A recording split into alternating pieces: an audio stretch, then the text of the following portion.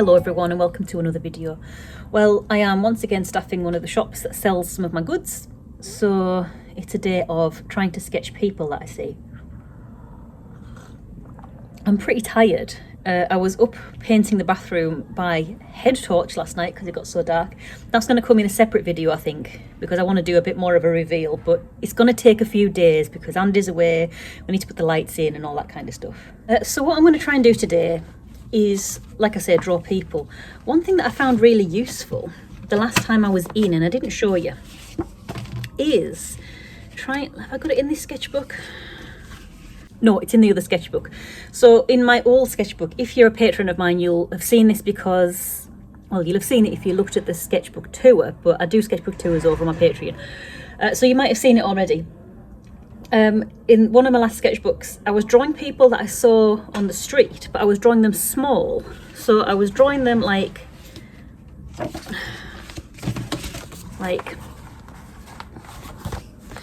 this kind of size, like there. So because they were small, I was drawing them with less detail, and it meant that I only had to draw them once, and then I'd have that reference of the first image to draw them 2 more times, keeping the same height. Like if they had a bag, the bag could be lined up to the first image, so it just kept a bit of consistency and helped me practice. So let's do that today.